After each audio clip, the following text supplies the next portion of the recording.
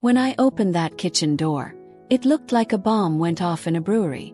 Bottles everywhere, sticky floors, pizza crusts fossilized onto the counter. And after weeks of being the nice one, something in me just snapped. That night I didn't yell. I didn't argue. I simply took out the trash and made sure they had to dig through it to get back what they valued most. If you've ever had a messy roommate or felt like the only adult in a house full of toddlers, hit that like button. Because today's story isn't just about garbage. It's about boundaries, respect, and one gloriously petty moment of justice that had the whole house stunned. When I first moved in, it actually felt like the perfect setup. 6 girls, all around the same age, finally living independently, sharing rent, sharing laughs, even cooking dinners together in those first 2 weeks. The kitchen would smell like garlic butter and laughter. Someone always had music playing. We even made cleaning a kind of ritual. You'd finish your plate, rinse it, maybe wipe down a counter while chatting. It wasn't glamorous, but it was home. We were proud of that. The kind of pride that comes from believing you're all on the same page. But somewhere after week 2, something shifted.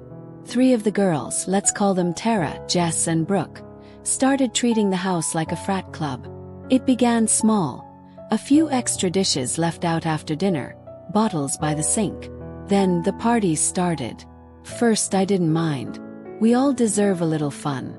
But when a little fun turned into 2 a.m. chaos, sticky floors, and the unmistakable smell of stale beer hitting you like a wall every morning, that's when the tension started brewing. My other 2 housemates, Lila and Megan, and I, well, we tried to keep things peaceful. We'd clean up the kitchen, sigh, and remind ourselves it's fine, they'll grow out of it. But it kept happening. Each morning after their get-togethers, we'd find the same battlefield. Half-eaten nachos welded to plates, bottle caps ground into the floor, and that one mysterious puddle you didn't want to identify. We sent gentle messages in the group chat. Polite ones too. Hey guys, just a reminder to please clean up after yourselves, smiling face with smiling eyes. They'd reply instantly. Of course. Sorry about that. Won't happen again XX. But then, 2 nights later, the same nightmare. The same fake apologies. The same disrespect. It was like living with toddlers who just discovered tequila. That night, the night everything snapped, it was around midnight. I wasn't even part of the party. I was in my room upstairs, trying to fall asleep to the sound of bass shaking the floorboards. When I finally heard the music stop, I thought, thank God, maybe I'll get some sleep. But about half an hour later, I went downstairs to grab a glass of water. Barefoot. And that's when it hit me. My foot stuck to the floor. I turned the corner into the kitchen. And I swear, it looked like the aftermath of a natural disaster. Pizza boxes stacked high like architectural art.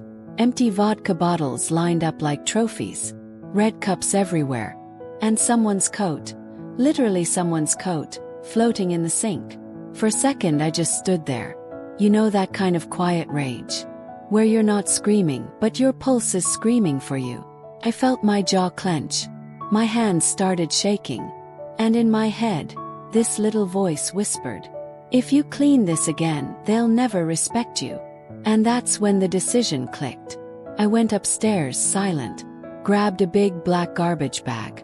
And on the way back down, I remember thinking, I'm not cleaning this for them. I'm giving it back to them. I started with the living room. Every empty bottle tossed. Plastic cups gone.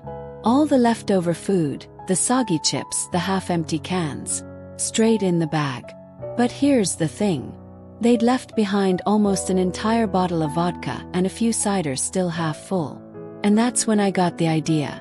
You want to leave your mess for others to clean. Fine. You can dig through your own trash for what you left behind. So I scooped all the leftover alcohol into the same garbage bag, still sealed tight. A perfect cocktail of regret and consequences. I tied the bag, dropped it right on the kitchen counter, front and center, like a trophy of accountability. Then I went to bed. Did I sleep well? Like a baby. Morning sunlight, birds chirping. A shriek from the kitchen. I stayed in bed for a moment listening. I could hear Tara's voice, confused, then furious. Who the hell threw out the drinks? Jess chimed in, defensive. Wait, is that our stuff? Why is it in the trash? And then Brooke, with that guilty laugh people make when they know they're in the wrong but don't want to admit it. Oh my God, this is disgusting. Oh, it's sticky. Oh my God, who did this? I walked downstairs slowly, calm as can be, coffee mug in hand. Morning, I said like nothing happened. They turned to me, faces a mix of guilt and accusation. Tara crossed her arms. Did you do this? I took a sip of coffee, smiled and said, nope. I just made sure your stuff was in one place. Since, the kitchen was hard to walk through. The silence that followed was beautiful. They didn't even argue. They just stared at me, then at the trash bag, and suddenly realized exactly what I'd done. Lila and Megan, who had walked in behind me, were trying not to laugh. You could see the realization dawning on the messy trio. This was their mess, their problem, their embarrassment. They spent the next half hour cleaning. Actually cleaning. Not half-heartedly, not throwing things in a corner, grubbing. And when they wanted their leftover alcohol, they had to dig through that sticky beer-soaked trash bag to get it. It was poetic. Every clink of a bottle was justice served cold, and slightly rancid. After that day, things changed. The parties didn't stop completely, but the aftermath sure did. Every morning after, the kitchen was spotless again. No one ever mentioned the trash bag incident out loud, but we all knew. It became a silent warning. Respect the space or face the garbage. Narration slows. Tone satisfied and reflective. I didn't scream. I didn't send another group chat message they'd just ignore. I let their own behavior humiliate them. Sometimes revenge doesn't need fire or fury. Just a well-placed garbage bag. And the patience to let people face their own filth. Looking back, yeah, it was petty. But it was also the first time I stopped apologizing for wanting respect. Sometimes the only way people learn to clean up their mess is by making them live with it. If this story made you smile, or reminded you of your own roommate horror story, smash that like button.